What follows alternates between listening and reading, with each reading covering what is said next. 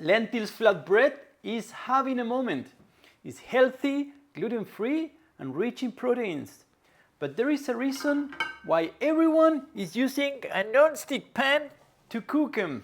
This butter is seriously sticky. And if you get it wrong, it's gonna be a complete mess.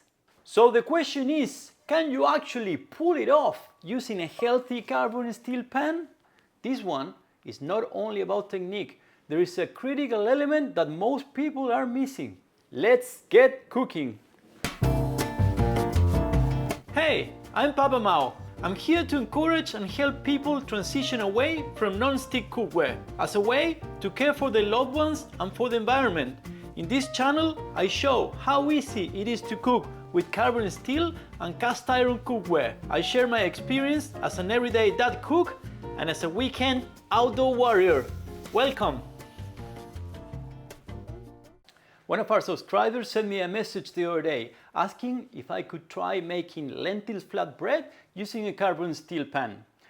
I know some dishes are trickier than others, but I'm also convinced that we can cook anything in carbon steel. I loved the challenge. Here we go. The recipe is just 2 ingredients, red lentils and water. Soak overnight, blend into a batter.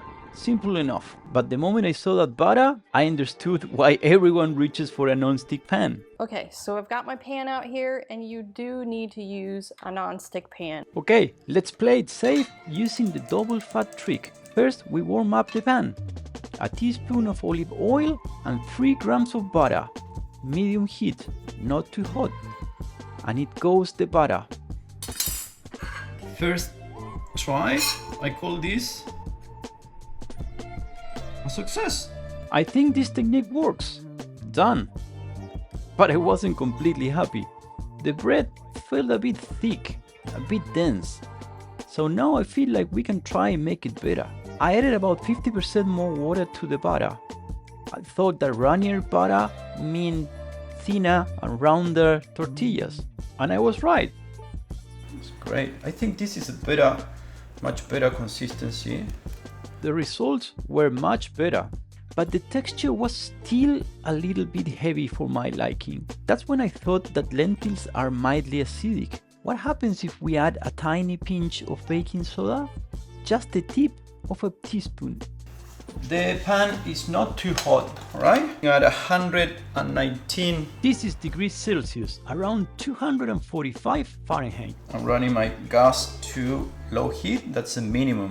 And the result? The texture became lighter, less sticky, and suddenly the flip was a lot easier. At this point, I was quite happy. But here's where it gets pretty interesting. I wanted to see if this worked the same way in a lighter carbon steel pan. Same method, same butter, and straight away, it wasn't the same. I found it tricky to cook with. I was constantly adjusting the heat, trying to cook it through without burning the outside. What you are seeing here is thermal mass at work. A heavier pan holds its heat when the cold butter lands. The crepe sears immediately, cooks evenly, and releases cleanly. A light pan loses its temperature the moment the butter touches it. And now you're cooking on a pan that's too cold to set the butter. If you turn it up, it's suddenly too hot, and your flatbread can stick and burn at the same time. I'm curious to hear you think I'm crazy, or you have also experienced the differences when cooking with a high thermal mass pan compared to a lighter pan. And this is not about brands, this is about weight. Let me know in the comments.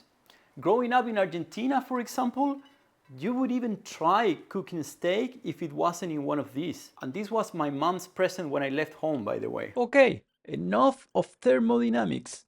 Let's try to turn these flatbreads into a delicate and more elastic crepe. What happens if we add an egg to the batter now? And oh my, that completely changed the game. The butter behaved like a crepe mixture. The wraps came out soft, flexible, and easy to flip. I didn't even need butter anymore. There you go, gluten-free, high protein, mostly lentils and water.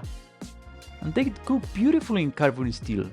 I ended up filling this with some slow cooked lamb One of the best healthy wraps I've had in a long time. And yes, no chemical coatings were harmed in the making of this video. So here's the takeaway.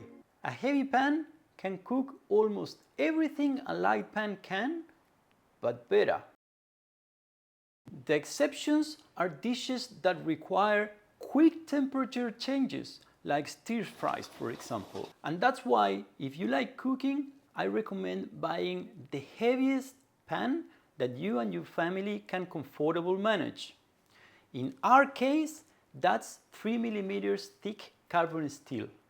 They have huge thermal mass, but they are also like a kilo less than a comparable cast iron pan.